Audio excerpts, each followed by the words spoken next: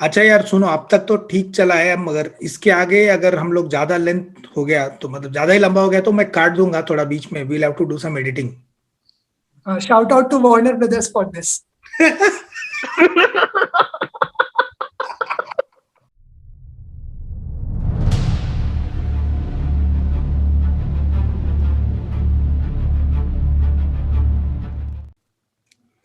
Hey, you all, welcome to Screen University. Today I have with me Navodit Gautam and Ayush Singh, who have been here before. And the topic today is Snyder's cut of Justice League, that which released recently on HBO Max, all across wherever it's available, and for others it was streamed in different ways. And as a person who is a complete novice to comic book films, like I might have watched one or two films, Marvel and DC here and there, but I was never truly into uh, comic book films. So I have a friend called Yoganand Yogi. He actually coerced me into watching uh, Man of Steel and Batman versus Superman before this movie came out, and I am so thoroughly impressed. And I thought we should have a discussion on that. Yogi, although is not available today, I have two very hardcore cutter DC fans who are like ready to jump into the conversation. So, guys, the floor is open, but let's go talk topic by topic. So, Ayush and Navodit, what do you think worked better in the Snyder Cut? Just to start off, what we got in 2017, the original theatrical cut, it was just a mess. So this movie, the definitive version of this week is like 100 times better. That is for sure, and that is public knowledge which everyone knows. But the striking thing was, like I remember in college we used to have this talk among ourselves that when we get the Justice League movie, because these are some of the biggest and iconic superheroes which have got like images. So when we got it, it was just a messed up version where you didn't get that seriousness, or you didn't realize that something big is at stake. And there were a lot of stories that time that executives are involved, and a lot of mess was going on. Now, in terms of what went right, now that I have seen this cut and I now compare to theatrical cut, all the good parts in the original version were actually the part which Snyder shot and not by Joss Whedon. And one of the most important things, which I think Deepak said, you will also agree, the movie is very long, 4 hours, but it doesn't feel like it. And one of the biggest reason is the cohesive storyline. And cohesive storyline, and there are two characters particularly for which this aspect stands out. First and foremost, it's Cyborg. Okay, in a way, you can say Cyborg was the heart of the movie, and his arc was complement to Justice League's arc. And if you see the theatrical cut, you will just bang your head on the wall, because Cyborg was reduced just as a sidekick who was doing random things, a kid who is angry. So you didn't get any seriousness or the weight of the character. Here you see how that character is a broken young guy who is conflicted, who has resentment towards his father. Then he realizes his powers. Then he uses it for the larger good and realizes he's not alone. And then similarly, so many other things. Flash. Basically, in short, if I have to say, all these characters were important in order to save the day for the Earth. All superheroes. In theatrical cut, these were reduced to just sidekicks who were making some cringe jokes, falling on, like Flash was falling on Wonder Woman's boobs and whatnot. So I don't know, I'm running short of words, but this was, I'm not able to understand why the executives at Warner Brothers didn't go for this version, which is insanely better, be it the fans or the fiercest critics of Zack Snyder or neutral fans like you who are not into the comic book genre, has loved this movie. Yeah, definitely. I thoroughly enjoyed. So yes, and there were a lot of small things. Just one point I would like to mention, like in terms of cohesiveness, I'm saying these were the larger characters that I talked about, but smaller characters. Say there's this character of Mira. Okay, in this movie, we see that she has the power to control water. Technically, that means that she can control the water in the blood. And how we see that its application, when the main villain, Steppenwolf, has holded Flash by his neck she uses that power to screech out his blood, and due to that he releases Flash. In theatrical cut, what we saw that he is holding Flash, and due to some random reason he just throws him out. So you didn't get the context that why he is doing this. In this movie, all the pieces falls into the place, and you understand the larger context what Zach was trying to tell in this story, and everything had a purpose. So this was just one of the many examples which we see throughout the movie. So yes. Okay. And I read that only the last part where Joker appears, only that part was reshot, and rest of it was already there in existing footage. No. So almost 70 or 80% of the movie was reshot. The whole story was altered. Even as small scenes as when Batman sits with Flash in the car, you see the theatrical cut and the Zack Snyder cut. Even his hand movements were reshot. I mean, I don't know why Joss Whedon did it. It might be the director's ego which comes into the play that, okay, this shot doesn't make any difference, but I'll do it. The opening sequence where Wonder Woman is introduced, you see how badass she is when she fights and saves those bullets. In the theatrical cut, the badass moments of those sequences was cut down. And there's no logic when you think to it, because it was hardly 30 seconds. I mean, what could have been done? So if you talk about it, I don't know what was going on in theaters, in executives' mind, but yes, the whole movie, it's a completely different movie. If you see the theatrical cut, sir, you will understand what I'm talking about.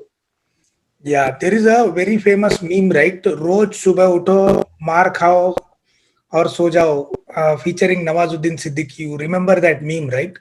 So that is the position of Warner Brothers Studios Twitter handle in the hands of Telugu Twitter. So every day Telugu Twitter wakes up. Yeah, exactly. What was the position.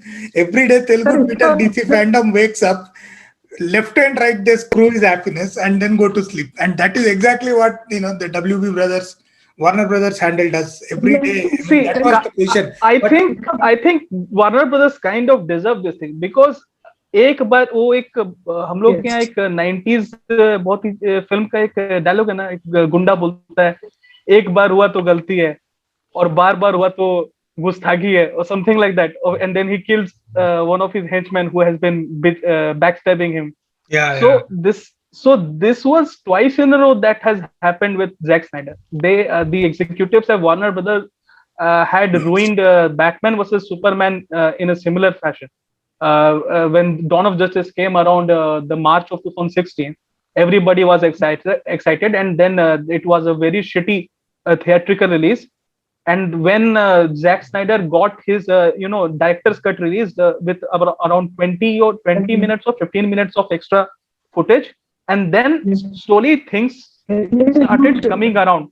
It was called Ultimate Edition, right? I've seen that one. I mean, that's the only one available on HBO. Yes, actually, I think if there is some guy in Warner Brothers who has a little bit of sanity left, they should delete all the kinds of theatrical releases they had kept for Snyder and Justice League, because that shouldn't be seen by anyone. If if they want Warner Brothers to continue making superhero movies. So एक बार हुआ था, ठीक है, and I think that was the biggest sales pitch for Zack Snyder, because I think it was Grace Randolph, the lady behind that YouTube channel Beyond the Trailer. I think she had mentioned that Zack Snyder had to sit with the Warner Brothers team, and he had to actually make a whole presentation out of this Twitter storm that fans like Ayush or me and millions of fans across the world were making the noise for the Snyder Cut to release. And then when they compared the the Twitter storm or the trends being discussed on Twitter, and he had a very particular graph being made. One was about shows on Netflix that were being discussed on Twitter. One was similar for Disney Hotstar, not Hotstar, actually Disney Plus shows being discussed on Twitter. And then there was the Twitter storm created for Zack Snyder's cut. And I think that is when the team at Warner Brothers decided, you know what, I think this can be very much the show we need, or very much the show or the program we need to launch our HBO Max series, HBO Max. watching portal. Yes. And this is actually what you know what Snyder Cut got actually saw the light of the day. Yeah. Or otherwise it would have been much difficult. Yeah, that's what everybody kept saying until I watched these movies, that it is because of the online and offline outrage, mostly online outrage outside of, that's what actually made them restore the, Snyder I Cut. mean, sir, just to get the context of this thing, it is very common in Hollywood or any movie industry too. We see where big projects, where directors who are looking after the big projects are removed. But it was unprecedented where a project that was abandoned, buried, and it was openly said by Warner Brothers that there is no Snyder Cut that exists. But eventually they came back and released it. So just one thing I wanted to point out, that the audience doesn't think me or Navodit or many fans who rally behind Snyder, we are just bugs. No, just to understand the idea, how Snyder came to the picture. It was Christopher Nolan and David S. Goyer who wrote the screenplay of Dark Knight trilogy. They were the ones who selected Snyder, and they felt that they deserved. He was the person who was the chosen one, if you can say, to direct or make Superman. So when the Dark Knight got released, David S. Goyer had an idea of Superman, which he presented to Warner Brothers, and they liked it. But Nolan said, "This is not for me to direct." And Zack Snyder is the right person who can do the justice to this character. Justice to Justice League. Just to understand, just to see if Nolan endorses someone and respects, you get it. Like, he is someone who Nolan बोल दिया तो final है, बात knows करने का नहीं उसके बाद में. Yes. Yeah. So, Anyway, chalo, let's get further into the story aspects, which I liked very much and I would like to appreciate. See, one unique thing about this film is the way there are few movies which have like multiple lead roles. All right. I've not seen the theatrical cut, but any other superhero movie that I've seen before, 2 or 3 I've seen, there is only one lead actor. In this case, although the movie was like 4 hours long, I felt that all characters were given equal importance and they followed a very interesting story synchronization to give equal importance to all the lead superheroes and all of them. So what I also felt was, see, many times what happens when you are dealing with such multiple storylines, 1 or 2 mistakes happen and then you tend to ignore their backstories. But in this case, I felt that the backstories were also equally justified for someone who has very little knowledge about, let's say, Aquaman or Wonder Woman. Wonder Woman I've seen before, or let's say Flash. I don't know anything about Flash except for Sheldon Cooper wearing that T-shirt. That's it. And I know that he's fast. That's the only thing I know. But when I watched Justice League Snyder Cut, I saw that they actually put in a lot of effort to bring about his character. That he is someone who is like a very comedic person, as against a Superman who is not very funny, or a Batman who is seriously fucking rich and also a very serious guy.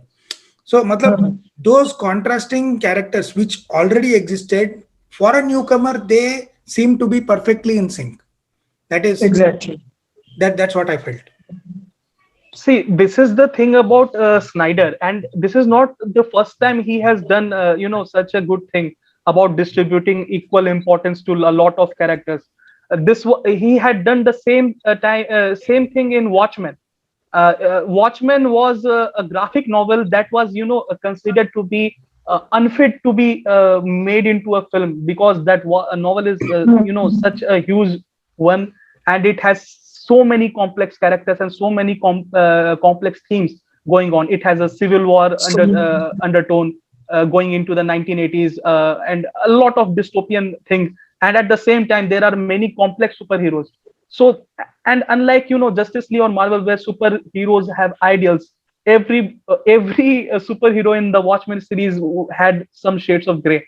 So when I saw Snyder doing justice to characters of Watchmen, like by the time you have seen the movie, you can see there is a sympathy for Ozymandias. There is a fan following for Rorschach. There are people who like Night Owl. There are people who can be a fan of Dr. Manhattan, and then there are comedian fans. So I think this was something Snyder was really good at, and that's why after maybe Nolan and the other teams who were wanting this DC universe to continue within the folds of Warner Brothers, they maybe decided Zack Snyder was the right guy to bring Justice League onto the screens, given that Justice League also had similar type of characters. They had a darker undertones, unlike Avengers that we see. And maybe that is why I think Warner Brothers should have adjusted right from the beginning that these kind of characters need a longer running time on screen.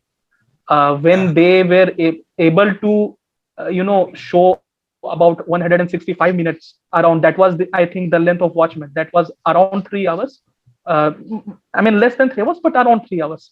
So if I think maybe I know that if there was a change of guard on in Warner Bros. Or something like that, because they had known Zack Snyder for a long time. No, they knew that it took a lot of patience and a lot of hard work and backstory of characters going into movies, the kind of movies he produces. And so I don't know when Warner Brothers started snapping and losing their shit, and hence they started forcing.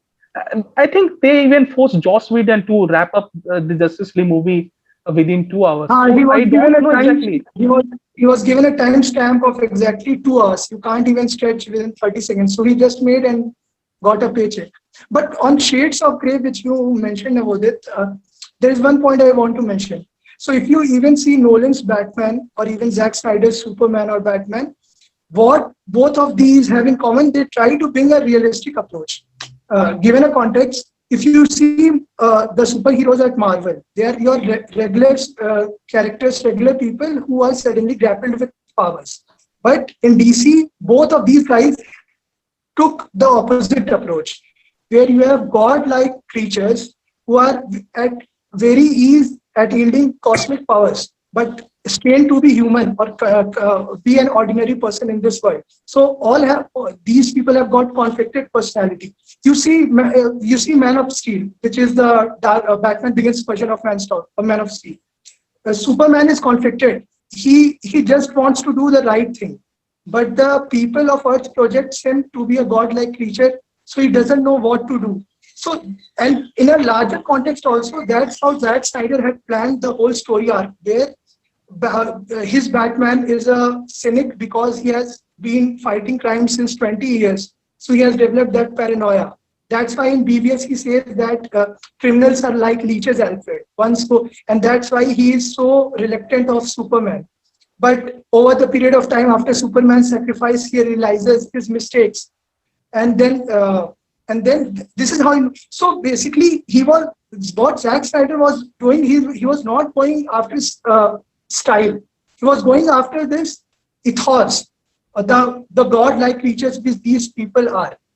So this is what I think Warner Brothers thought that the public is not ready for it. But in hindsight, you think if you want a funny comedy superhero movie, I would rather go to Marvel. Why would I go to DC, who's X Factor or who are good at something different thing? And one more thing, if you see Snyder's movies and Deepak, I would like to know the thoughts of Deepak around this. There is a lot of symbolism. If you think of his Superman is projected in a lot of Jesus Christ way. Your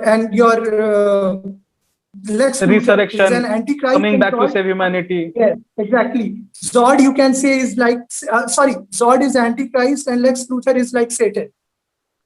So so this is how he was trying to tell. Basically, the main thing I think at the core of Snyderverse was we as people try to project a lot of things on others. which they might not be. These people were just trying to fit in and trying to understand what is right, what is wrong. But we elevated them to godlike position and then started judging them. So there was a lot of biblical allegory also went. If you see BVS, there is a lot of references to that 1981 movie Excalibur, where one is like King Arthur and one is like, I think Lancelot was there. Lancelot, Sir Lancelot. Yeah, Lancelot. So, so in turn, it's not that DC fans hate Marvel. It's just that both of these franchises stands for something different else. And if you try to make one, see what happened with Birds of Prey or Suicide Squad, which was again cut down. Original vision of David had never to see the light.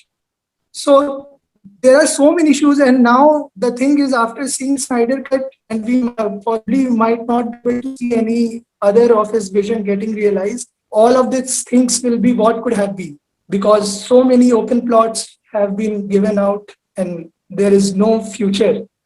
I mean, as Deepak sir was saying now, there is this meme ki subah utho maar khao. Snyder Cut was doing so good. There was appreciation for Warner Brothers also. And what happened? Just 2 days ago, Warner Media CEO Ann Sarnoff gave interview to Variety. She said, we won't be developing the haircut. Snyderverse is done. And what happened? Again, yesterday you saw release the haircut and restore the Snyderverse was trending. And they were started getting abuses again. अरे नहीं, मेरे को एक बात समझ में नहीं आता यार, दो बार क्यों निकालना फिल्म, एक बार ही ढंग से निकालो ना बेंचोद, क्या है ये? Sir, this is what we call as really bad media management. Warner Brothers have been acing this bad media management for some 5 years now, and as it turns out that they haven't been learning anything. And this like is एक के बाद एक film fit रहा है. Okay. And they are. And this is the studio money in the process, or just they're continuing to be stupid while bearing losses? I think only 3 films in these last 5 years is what you can be called you can call as being up to the mark in terms of box office rankings. They have been Wonder Woman, the first part, not the latest one. Wonder Woman 2017, Aquaman 2018 December, and Shazam. Except these 3 movies, I don't think so Warner Brothers have been able to produce a good hit. Joker, but Joker can't be called as a typical superhero movie. It was more of an independent movie in itself. That has that has been delegated. Right? First movie to cross $1 billion. Yes, exactly. So I won't say that. Obviously, it is about a DC character, but I won't be considering Joaquin Phoenix Joker movie into the DC universe. Warner Brothers were trying to build up as box office collectors. Joker went out of gave them out of the box returns, and they gave them an Oscar, but that wasn't something they were projecting as their ultimate DCU collectibles of movie. And I think this was they were more concerned about the lonely solo superhero movies, and then the series related to Suicide Squad and Justice League. So that is something they have been, they have failed utterly, because except those 3 movies, they haven't got anything substantial.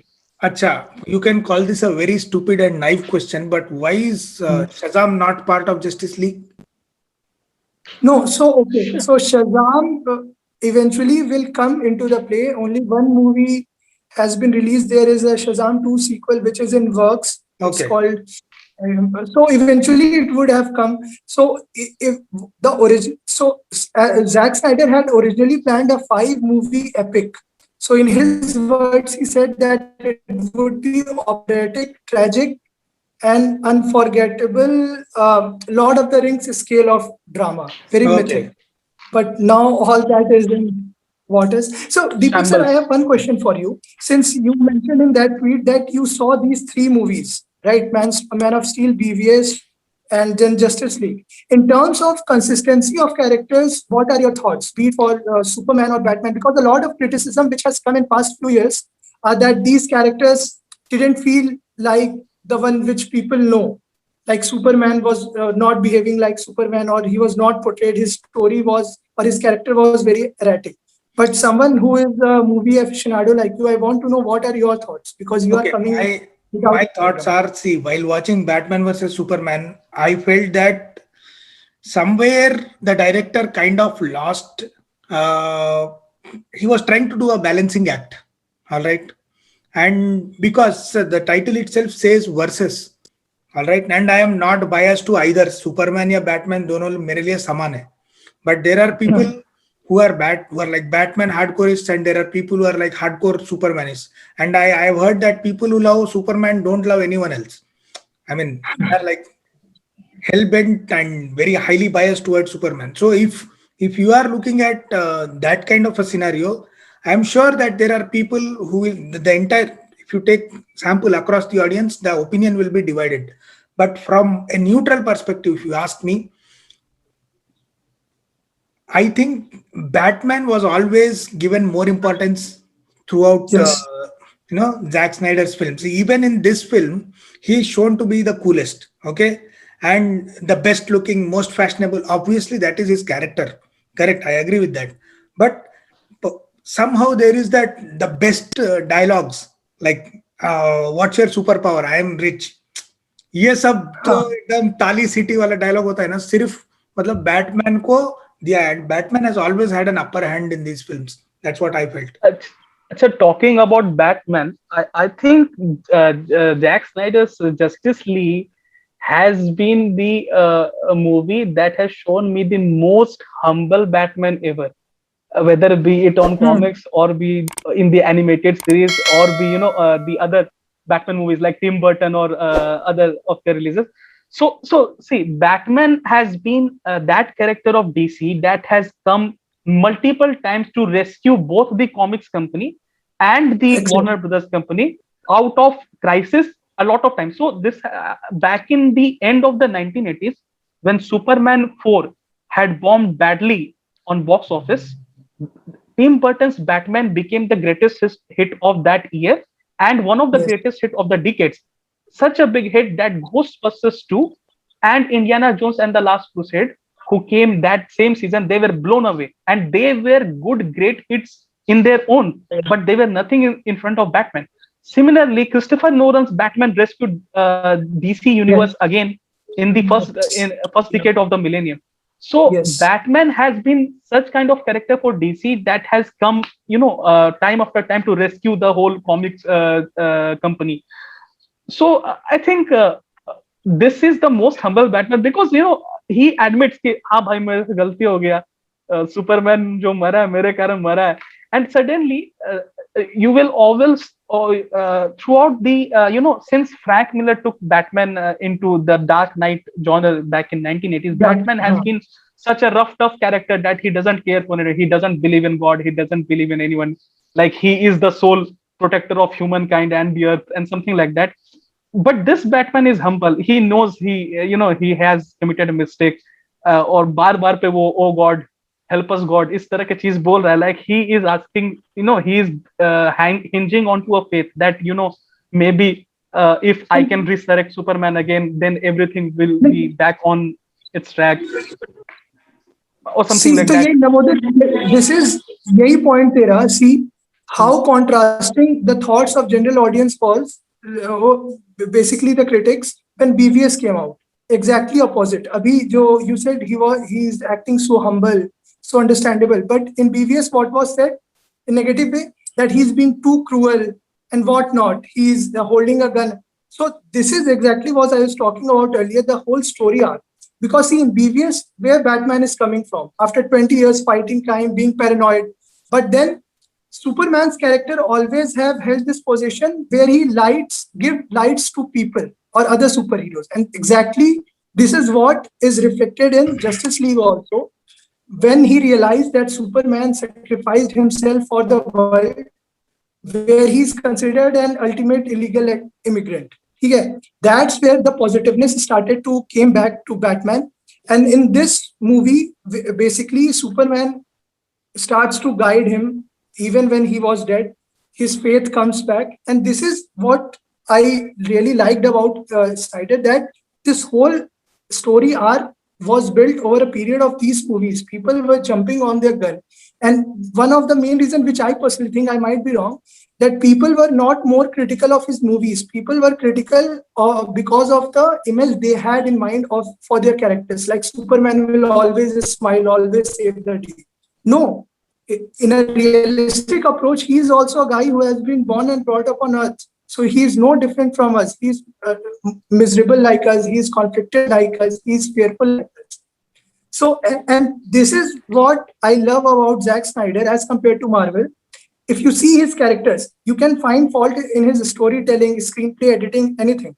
But his characters have, his vision has unity. For example, Marvel's key to success is Tony Stark's Iron Man, right? But his character has been so erratic throughout, like it swings from being a philanthropist somewhere to a mad genius to a guy who is fathering a person in need. So he's more like a plot device, not a character. So you're not able to relate to it in a deep way. Whereas for these characters, you care about them. Like you know that Superman is not a bad guy, but why he's doing this wrong. So this is the level at what Zack was operating, and maybe me and you are attached to these characters and have read about them, so have seen them throughout the childhood. But yeah, in terms of storytelling, this resonated a lot with me. Like even right now, also I go to watch almost all Marvel movies on the opening weekend, but it's just for being a light time pass day. Even in Avengers Infinity War, I didn't feel something was at stake. Apart from Captain America, yes, this is one character I would like to have in DC. Yes, this is the stark difference which I feel in the storytelling, which I don't know, Warner Brothers was not able, feared that people might not like it, but see what has it done to them. So the other thing that I wanted to talk about is the philosophical underbelly of all these three films that I've seen. या तुम अगर man of steel ले लो और या BVS ले लो या specially Zack Snyder Justice League Zack Snyder cut, इसमें I have felt that it's none of the actions taken by any of the characters, they are just for the sake of taking. There is some underlying meaning in this. Even जब Superman was young, right, उसका बाप storm में फंस जाता है ना, Kent, senior Kent, तो suddenly एक the way I was half expecting him to run and जाके अपने बाप को बचाएगा करके मेरे को लग रहा था, मगर पता नहीं क्यों मेरे को लास्ट मोमेंट में लगा रे साला नहीं जाएगा ये. I think that's how his father's life ends करके. फिर मैं बहुत सोचा तुम भोसड़ी के इतना सुपर पावर रख के क्या फायदा तुम्हारे पास, what is the point if you can't save your own father. But then the fundament, the main funda that you should not go and do things until you are ready, right? Correct. That ready. तो अपने जैसे भगवत गीता में बोलते हैं ना, कभी कभी कुछ सही लगता है तो भी नहीं करना चाहिए क्योंकि उसका there are long term repercussions. Alright, so वैसे फिलोसॉफिकल अंडरटोन्स काफी सारे मेरे को लगे इस फिल्म में. Even though he knew that he could have saved it. क्या होता है, कुछ नहीं होता. बाप को सेव करने से थोड़ा इधर उधर मार वार खाता, वो बाद में खाया भी मरा भी बाद में, मगर he could have saved it. But principal, बाप ने बोला नहीं करने का तो नहीं करने का. सो वैसा philosophical deeply meaning, like for example आज मेरे को योगी ने एक ये भेजा था स्क्रीनशॉट. उसमें क्या है ना, फर्स्ट बीबीएस में या किसी फिल्म में वो बटरफ्लाई चेन में फंसा होता है, राइट, एंड बाद में उसको ऐसा फ्री दिखाया था. मतलब there are things that are trapping you and then later on you are free. That means that you have reason in some way. And तुम जो बोल रहे थे the fact that Superman is shown as a more of a godly figure, right? And जैसे हवे में ऐसे उठ के थोड़ा हाइट पे, the way you look at Jesus Christ or any God, वैसा मतलब God status जो मिला है, that I truly agree with. I mean there are ऐसे मतलब मजाक में कोई भी सीन नहीं लिखा गया है. Everything has a reason for this thing. Exactly. And see, I don't know much about the back story of this, but Aquaman के लोग और Wonder Woman के लोग एक दूसरे से they like सेंचुरी, हजारों साल तक, और वो बोल और वो दोनों एक साथ आ गए. मतलब that is like तुम सोच भी नहीं सकते वैसा. See, this is the thing about his movies, sir. You can disagree. You may like it or not like it, but Zach's movies always stirs conversation. Yeah. Be it 300, be it Watchmen, be it Man of Steel. And I was reading one of the interviews of his wife, Deborah Snyder, who is also the producer. She said that from the time they thought that they were going to make these movies, the first thing they decided was, we'll show the consequences. Like, it's not your general superhero movies where, okay, you fight, some demolition happens, but the person goes back. So a lot of criticism was done why blood is shown, why it is that. If you see the opening sequence, that action sequence of Wonder Woman, she throws one terrorist through the wall and blood splashes. In theatrical cut, that blood splash was not there because of PG-13 rating, but they wanted to show in their storytelling that there are consequences to these things, being a superhero or their actions. So this was one thing, and there is a lot of Christian allegory in this. If you see, there are these dead horses, which is a reference to this horses of death or something it's called in Christianity. I'm not sure. Okay. But a lot of symbolism. Four horsemen of death. Four horsemen of death.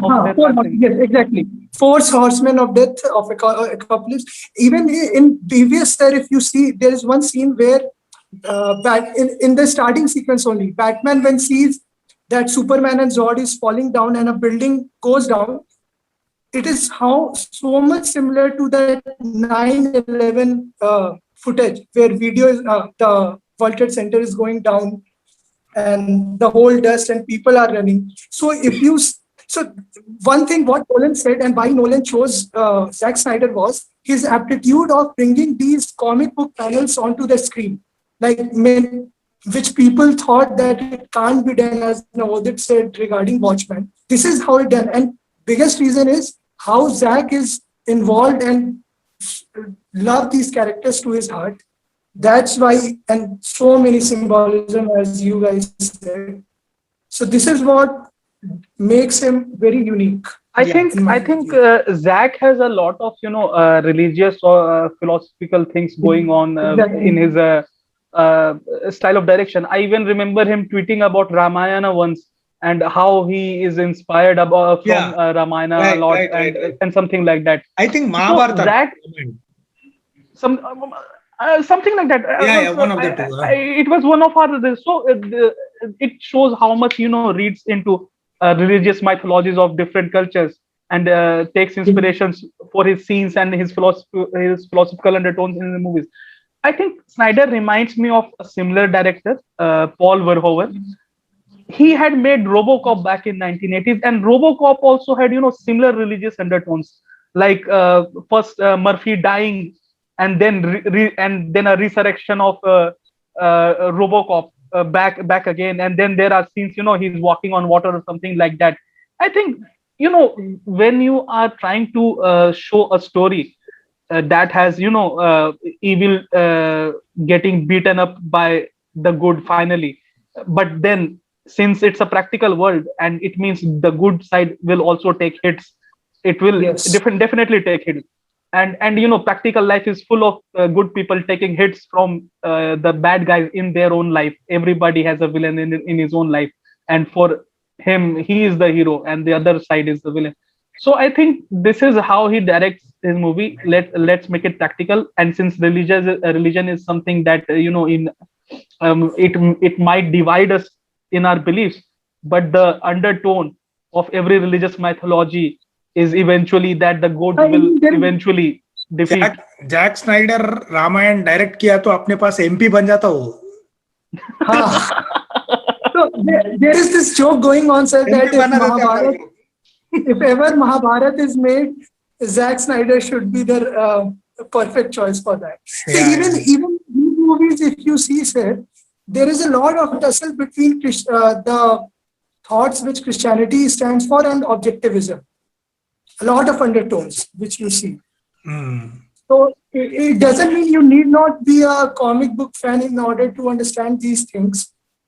So because there are so many good. Actually, some of my favorite dialogues have come from BVS. there is this tone when Superman goes for this court hearing. In the background, one interview in TV goes where a person says, I'm not getting exactly what the dialogue was, but it was this, that man thought that they are the most powerful in this world. Then they got to know that there is some other beings which are more powerful.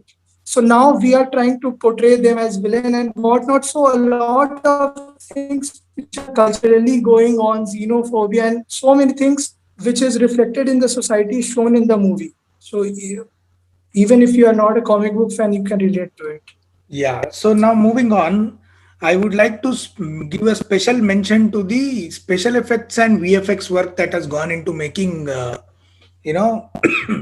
don't know if there was an improvement over what was there in the 2017 film, but massive improvement. Oh, okay. Especially Steppenwolf's appearance. Steppenwolf was a very unfearing kind of a character in the theatrical release, and this time they have given a more devilish look, and so he looks more sinister in his approach. He looks more powerful, more sinister. Yeah, this Steppenwolf guy, I just remembered, one very old, they used to say this thing about Nazis, right? The Nazi officers under Hitler, that they're 10, his top 10, right? Like Goebbels and all those people. When they were at the trials, they had only one answer for why they did the thing. They only kept saying that we just took the orders. We are good people, but we just took the orders. Why does Steppenwolf go at some point? I mean, I'm not saying that you sympathize with Nazis, but what I'm saying is that Steppenwolf, वो जान डाल देता यार. He put everything to bring those 3 mother boxes together.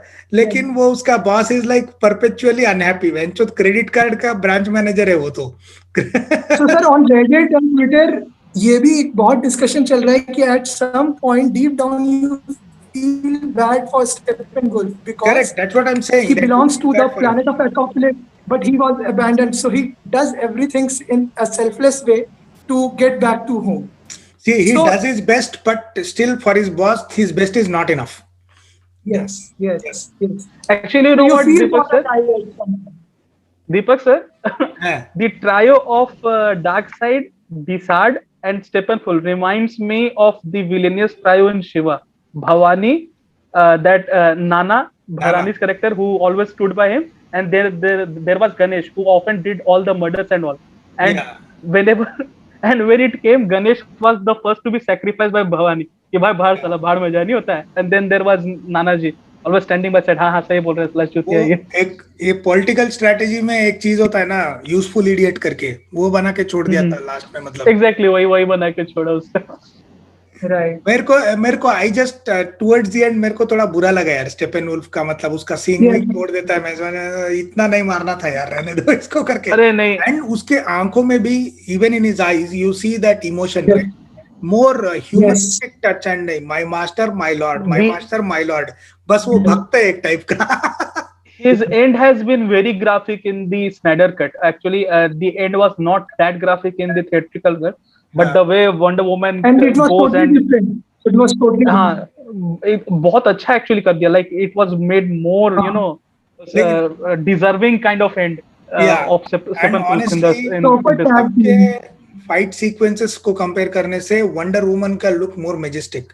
I don't know. It's because of that special music that she has, theme music, or I don't know why, but music से बहुत फर्क पड़ता है. मतलब whether it's a fact, like everyone knows. And Wonder Woman's appearance or wherever she saves those people, वो डोम के अंदर जाकर वो बुलेट्स जो हाथ पे लेती है वो सब टॉप क्लास सीन्स थे मेरे हिसाब से. I mean they were like literally very very good. So VFX has you say that it I haven't seen the old film. It has improved by leaps and bounds over the last. And these action sequences which you are talking about, Sana, these are the trademark of Zack Snyder. Like even if 200 years from now, if someone is been shown these shots, they'll know, okay, Zack Snyder did it. This is his, like you can say, patent type of, in which he does that. So that slow-mo effect, which got very popular in 300. which you Yeah. now see being translated in, you saw in Bahubali also, Correct. how it is done. So he uses that slow-mo, plus graphically, visually, he makes some of the most beautiful films. Even his critics admits this. So this is Yeah. one thing which he does very well. या उसको Telugu industry में high speed shot बोलते हैं just for your knowledge. अच्छा, high speed shot. Script का meetings होते रहता है ना, तो डायरेक्टर लोग हाई स्पीड शॉट बोलते हैं. मेरे को स्टार्टिंग में समझ में नहीं आया ये क्या है. Then he told me that it is slow motion. Okay ठीक है चलो, because frame rate is high, मतलब high speed which is slow Okay. motion. Anyway, so the other thing I wanted to talk about today before we close was the best moments. So any film, for example, any film's dialogue or situation to become iconic, all it takes is one, punch dialogue, as they say in Telugu and South industry. जैसे शोले में कितने आदमी थे था, okay, जो cult है अभी भी लोग होली कब है और कितने आदमी थे, they use it like like literally wherever they possible, they just drop that dialogue. So in this film, I think the best moment and the peak goosebumps moment for me was when there are two actually. One, when Superman suddenly says and ऐसा हाथ लगा के not impressed बोलता है, not वो impressed. तो एकदम इतना, see, now earlier days there were no memes and all.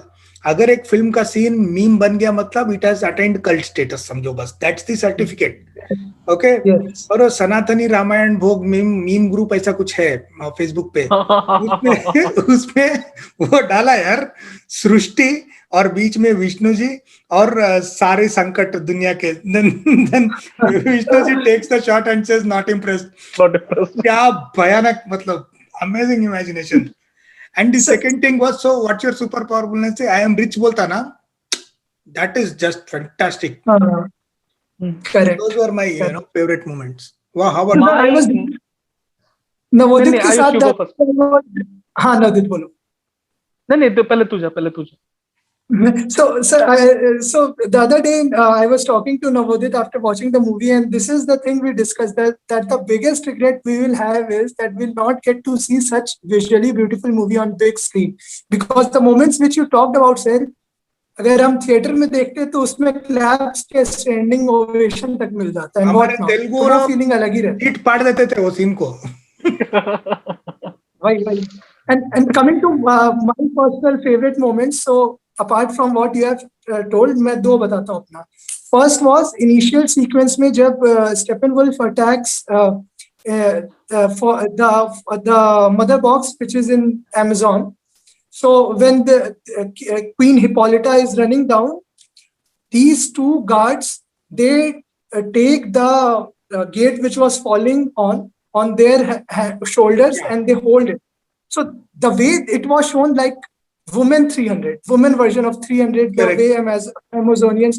So that was one which got me pumped up for the movie. And the second one was when Silas Stone, Cyborg's father, was telling him about his powers. Okay, that what all power you yield. So you see through his eyes where he has the power to create a holocaust. Change the whole banking industry. Yes. So why it was my favorite scene? Visually, okay, it hits, but other than that, see, Superman is the strongest superhero there is in DC. Cyborg is, but there is some power which even Superman doesn't have. Superman kill you, Superman can bury the whole world. But in terms of disrupting the whole world financially, but just by a thought or triggering a nuclear war, this is what Cyborg yields, and this makes him powerful in a very unique way and dangerous also. And when he sees in the mirror, at one point he sees in the mirror his family, where he could have given up for that illusion, but he chooses not to. And this is where his character comes into the original Cyborg, which we know throughout the comics, where he realizes his powers. So these were a few of the very good moments which I felt while watching the movie in terms how it hit in the mind. The afterthoughts which we get. So yeah, and Cyborg has been, we have spoken very less about him, but Cyborg I think deserves a separate film, right? I mean, does he have a separate? I think it was into the mix, but now he's the theatrical, these are in shambles. No, I think Ray Fisher has had a lot of controversy with Warner Brothers, as he alleged that Joss Whedon did a lot of misconduct abuses. So a separate controversy is going on Twitter, and mostly now his character will be written off, because earlier he was supposed to come in the Flash movie, but now whole plot and everything has changed. So you can say that thing goodbye. Okay, got it. So my favorite scene comes from revolves around those parts where Superman is being resurrected, and just after he has been resurrected.